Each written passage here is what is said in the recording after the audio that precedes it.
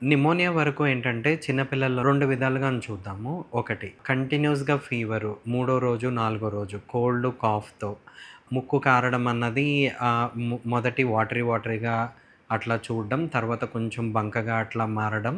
తర్వాత దగ్గు. ఆ దగ్గు ఏంటంటే పెద్దవాళ్ళు దగ్గినట్టు అట్లాగా రెండో రోజు, మూడో రోజు అట్లా దగ్గడం మొదలుపెట్టడం.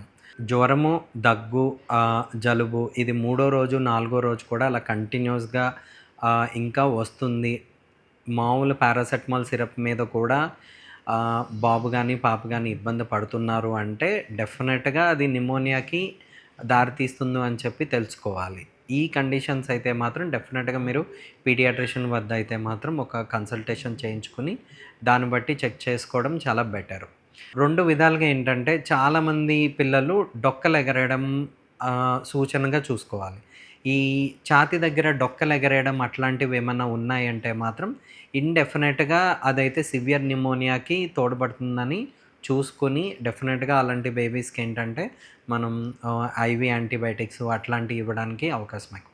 ఈ రెయినీ సీజన్‌లో ఏంటంటే చాలా మట్టికి ఇన్ఫెక్షన్స్ అవి వాన పడి తర్వాత కొంచెం నెక్స్ట్ డే కొంచెం సన్నీగా ఉండడం వల్ల డస్ట్ అంతా కొంచెం పైకి రేగడం వల్ల ఈ వైరస్ ఇవన్నీ కొంచెం ఎక్కువగా లో ఏరియాలో ఉండి పిల్లలకి ఎక్కువ ఎఫెక్ట్ అవ్వడానికి కారణాలు ఎక్కువుంటాయి. ఇన్‌ఫ్లుయెన్జా, ఈ ఎడినో వైరస్, ఇలా యాస్ట్రో వైరస్ ఇట్లా చాలా వైరసెస్ ఉన్నాయి. ఒక్కొక్క వైరస్‌కి ఒక్కొక్క తత్వం ఉంది.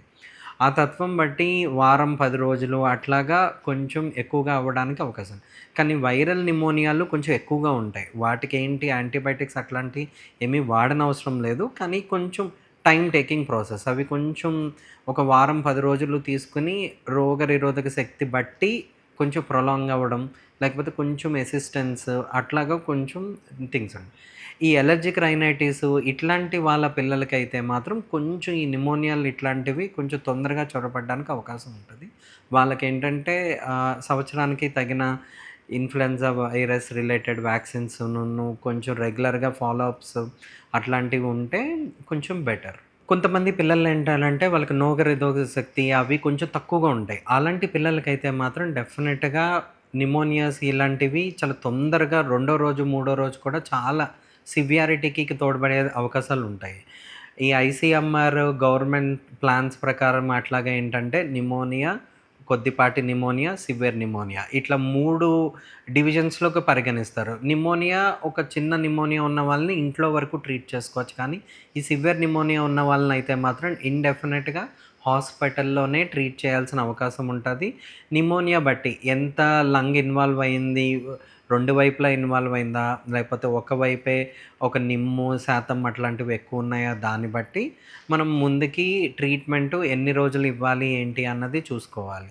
కానీ మూడో రోజు జ్వరము, దగ్గు, జలుబు ఇట్లాంటివి పెరుగుతున్నాయి అంటే మాత్రం డెఫినెట్‌గా హాస్పిటల్‌కి చేరి ట్రీట్మెంట్ అన్నది ఆర్గనైజ్డ్‌గా తీసుకోవడం అన్నది నెక్స్ట్ వచ్చే ఆ సివియారిటీని మనం తగ్గించుకోగలుగుతాం.